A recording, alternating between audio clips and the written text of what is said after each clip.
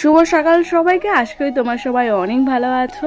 সকালের জলখাবার নিয়ে আজকে ব্লগটা শুরু করলাম। প্রায় অনেক দিনই হয়েছে তোমাদের সাথে আমি ডেলি রুটিন শেয়ার করিনি। আজ মিঠাইয়ের সাথে সুন্দর একটা দিন কাটানো তোমাদের সাথে শেয়ার করব, যেটা তোমরা খুব পছন্দ করো আমাদের ডেলি ব্লগ দেখার জন্য। সকালে রোদ ঝলমল করে উঠেছে। কাল সন্ধ্যা থেকে যে পরিমাণ হঠাৎ করে বৃষ্টি চলে এলো, আমি আর আমার মিঠাই মিলে গিয়েছিলাম একটু বাইরের দিকে ঘুরতে। তো সেখানে গিয়ে আমি পুরো ফেঁসে গেছিলাম মিঠাইকে সাথে করে নিয়ে। বৃষ্টিতে হালকা ভিজে ভিজে বাড়িতে ফিরেছিলাম, যার জন্য আমার গলাটা একটু ব্যথা হয়েছে সকাল থেকেই। বৃষ্টিতে জলটা পুরো মাথায় পড়েছে না, সেই কারণে। মিঠাই আর আমি আমাদের বারান্দায় বসে সকালে জলখাবারটা খেয়ে নিচ্ছি। সকালে রুটি ব্যাপারে এসেছিল, ও বলল আমি ডিম টোস্ট খাবো, তাই ওর জন্য ডিম টোস্ট বানিয়ে দিয়েছি। তার আগে আমি ওকে কমপ্লান করে খাইয়ে দিয়েছিলাম। সকালে কমপ্লান আর 3-4টে বিস্কুট খেয়েছিলাম, আর একটু বেলার দিকে ওই বানিয়ে দিলাম তো ওর জন্য ডিম টোস্ট। প্রায় ঘরের বাইরের কাজগুলো সারা হয়ে গেছে, যেমন বাসন মাজা, জামা কাপড় কাচা, আর ঘরের এখনো কোনো কাজই সারা হয়নি। কালকে ভিজে ভিজে যেহেতু এসেছিলাম, গলা ব্যথা হচ্ছিল বললাম, মাথাটাও যন্ত্রণা করছিল, তার সঙ্গে শুকনো কাশিও হচ্ছিল, যার জন্য রাতে না ঘুমটা খুব একটা ভালো হয়নি। মিঠাইয়ের ওষুধ ছিল, ওই যে কাশির সিরাপটা আমি খেয়েছিলাম, তারপরে একটু ঠিকঠাক লাগলো আর কি। রাতটা এইভাবেই কাটার পর একটু বেলার দিকে ঘুম থেকে উঠেছিলাম। কালকে 2-1টা জামা কাপড় ছিল যেগুলো হালকা ভিজে ছিল, অনেকটা বেলার দিকে কেচে দিয়েছিলাম, সেই কারণে সেইগুলোই সকালবেলার দিকে মেলে দিচ্ছি। আমাদের হাঁসগুলো সকালের খাবার খাবে বলে বাড়িতে এসে প্যাক প্যাক করে ডেকে মাথা খারাপ করে দিচ্ছে। দাদু তাই ওদেরকে খোরাক দিচ্ছে। এই হাঁসগুলো আমার সেজ মাসিদের আমাদের বাড়িতে পাঠিয়েছিল খাওয়ার জন্য, তো সেটা আমরা নিয়ে রেখেছি। ওরা ডিম পাড়ে বলে পুষে রাখা হয়েছে। 4-5টা মুরগি ছিল, আবার মাসি 3-4টে মুরগি পাঠিয়েছে। এইভাবে আমাদের হাঁস মুরগি বাড়িতে ভর্তি হয়ে গেছে, মাসিই পাঠিয়েছে বড় করে, তো তাই অতটা দেখভাল করার জন্য সমস্যা হয় না। মিঠাই ওদিকে ওর চার দাদার অঙ্কুশ মামা স্কুলে যাবে বলে রেডি হয়ে ওর কাছে এসেছিল। ও যাতে স্কুলে যায়, ও অঙ্গনওয়াড়ি স্কুলে যায়, আর ওরা এমনি আমাদের এখানে একটা প্রাইভেট স্কুল আছে, সেই স্কুলে পড়ে।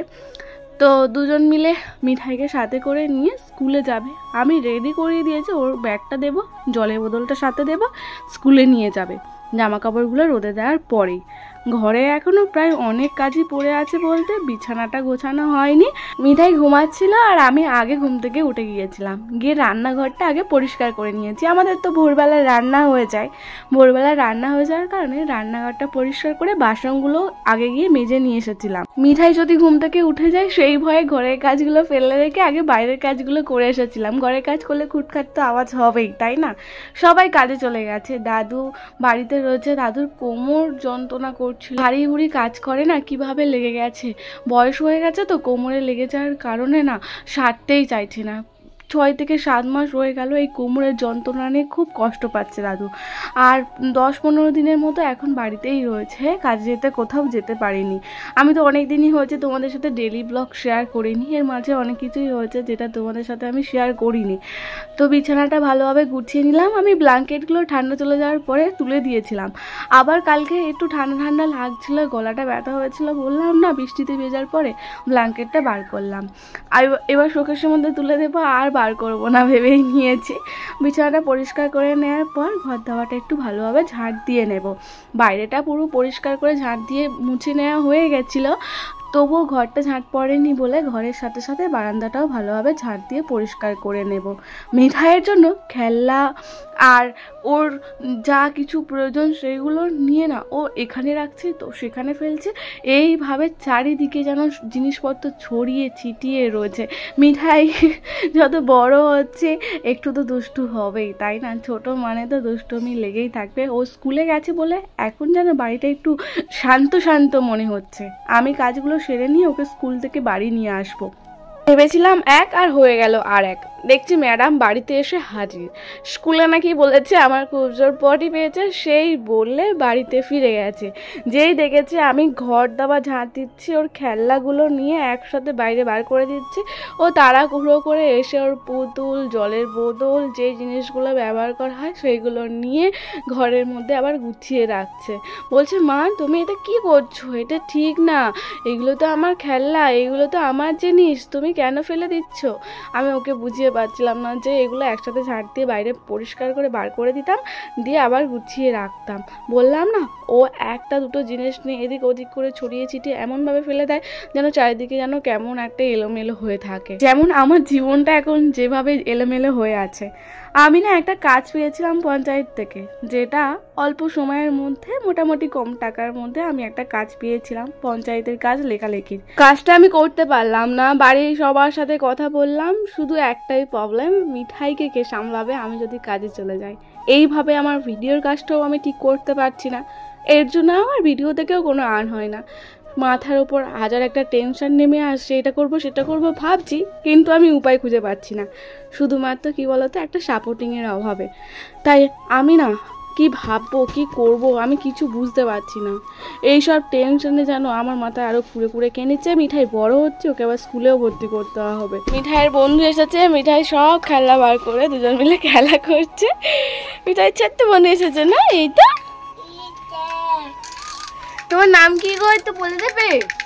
তোমার নাম কি তো বলে দাও তো। মিঠাই বন্ধু, তোমার বন্ধুর নাম জানো মিঠাই? তুমি মিঠাই, তুমি তোমার বন্ধুর নাম জানো? দুজন এখন খেলায় ব্যস্ত রয়েছে, মায়ের কোনো কথাই শুনতে পাবে না। স্নান করিয়ে দিলাম মিঠাইকে, ও এবার ঠাকুরের জল দেবে বলে দেখো দুষ্টুমি বুদ্ধি, গটি করে জল নিয়ে যেতে বলেছি, একটা কি গুড়িয়ে পেয়েছে সেটা নিয়ে যাচ্ছে ঠাকুর টানে। ওকে স্নান করিয়ে দিয়ে এই যে এইভাবে টাওয়াল দিয়ে জড়িয়ে দিয়েছি, কি সুন্দর লক্ষ্মী ঠাকুরের মতো দেখতে লাগছে। আমার দিদাদিকে ঠাকুরের ভোগ জল দিয়ে দিয়েছে, আর ও যাচ্ছে তুলসী মণ্ডপে জল দেওয়ার জন্য। মাথার ওপর ছাদ আর হাতে যদি না টাকা থাকে না, টেনশনের ওপর টেনশন থেকেই যাবে। চেষ্টা করছি ঘরে বসে কোনো কাজ করে মিঠাইকে মানুষ করতে, কিন্তু সাপোর্টিং না পেলে দেখবে জীবনে কিছুই করা যায় না। একমাত্র উপায় কি বলছে সবাই, যে তুই নতুন জীবন শুরু কর, নিজের জন্য ভাব। এটা কি সহজ রাস্তা? সত্যি কি জীবন ঠিকঠাক হবে যদি আমি নতুন করে নিজের জীবনটাকে সাজাতে চাই? আমার তো মনে হয় না যে এইভাবে জীবনে সলিউশন হবে। আমার সব সময়ের জন্য ইচ্ছা যে আমি নিজে কিছু করব, মেয়েটাকে মানুষ করব, কিন্তু ওই যে একটা সাপোর্টিংয়ের অভাবে সবটাই যেন বেকার ভাবনা চিন্তা আমার মধ্যে হয়ে যাচ্ছে। সবাই কাজে চলে যায়, একাই মিঠাইকে সামলাতে হয়, সংসারের টুকিটাকি সব কাজই আমি সামলাই। তো এইভাবেই দিনের পর দিনটা কেটে যাচ্ছে, কিন্তু এই যে দুমুঠো অন্ন পেটে দেওয়ার জন্য যে কত লড়াই করতে হয়, যত দিন যাচ্ছে না তত আমি বুঝতে পারছি। দিয়াদের তো বয়স হচ্ছে, ওরা এখনও কাজকাম করে আমাদেরকে দেখছে, সেই ছোট্টবেলা থেকে আমাদেরকে মানুষ করেছে, আর এখনও সেই দায়িত্বটা নিয়ে চলছে। সময়ের সাথে সাথে তো একটু শুনতে হবে, তাই না? তো আজকে দুপুরে রান্না হচ্ছিল ভাত, ডিম, আলু আর লাউ দিয়ে একটা তরকারি হয়েছিল মাখা মাখা। দেখেছো কিভাবে ঠান্ডাটা লেগে গেছে, আমি কথাই বলতে পারছি না। আমি যে কতবার ফোনে ভয়েসটা অফ করে করে কেসে কেসে মানে ভিডিওটা এডিট করছি কষ্ট করে আমি জানি। পেঁয়াজ কাঁচা লঙ্কা দিয়ে নোনা মাছের ঝাল হচ্ছিল। দুপুরের খাবারটা আমি একা বসেই প্রায় দিন খাই, কারণ অনেকটা বেলা হয়ে যায়।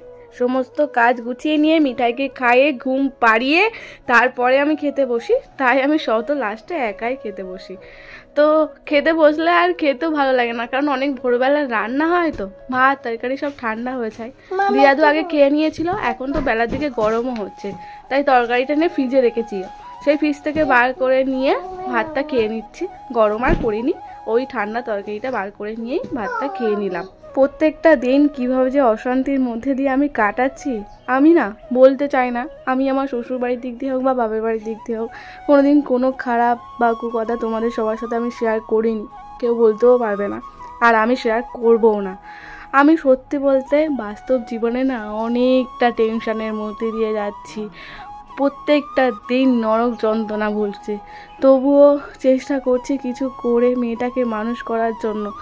সাপোর্টিংয়ে কাউকে পাচ্ছি না বলে তাই আমি কিছু করেও উঠতে পারছি না।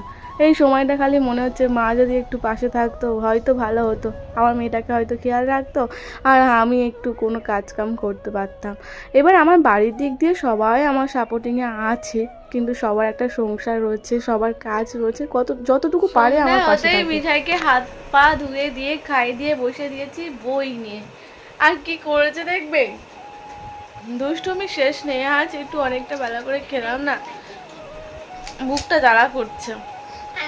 অ্যাসিডিটি হয়ে গেছে মনে হচ্ছে। তোমাকে আমি হ্যাপি বার্থডে কেক কাটা করতে বলেছি, কাটার পেস্টটা তো পুরো নষ্ট করে ফেললে তুমি।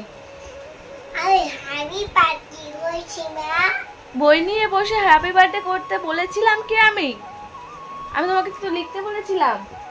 কি করলে, পুরো পেজটাই নষ্ট হয়ে গেল। আর তুমি এই পেজটা ছিঁড়ে ফেললে, দেখি সরাও। এ বাবা, এটা তো আমার দরকারি জিনিস ছিল লেখা। তোমাকে আমি হ্যাপি বার্থডে কেক কাটা করতে বলেছিলাম, দেখো আমার কি অবস্থা করলো। আমি কিন্তু বকে দেবো এবারে। তুমি ভেবো না যে মা কিচ্ছু বলবে না। দেখি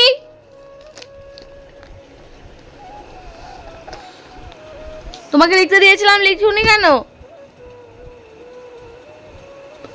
এবার বই নিয়ে বসিয়ে তোমাকে বকা দেবো, দেখো। আবদার, মায়ের বকা জানো না তো তুমি এখনো? এদিকে তাকাও, পায়ে লিখছো কেন?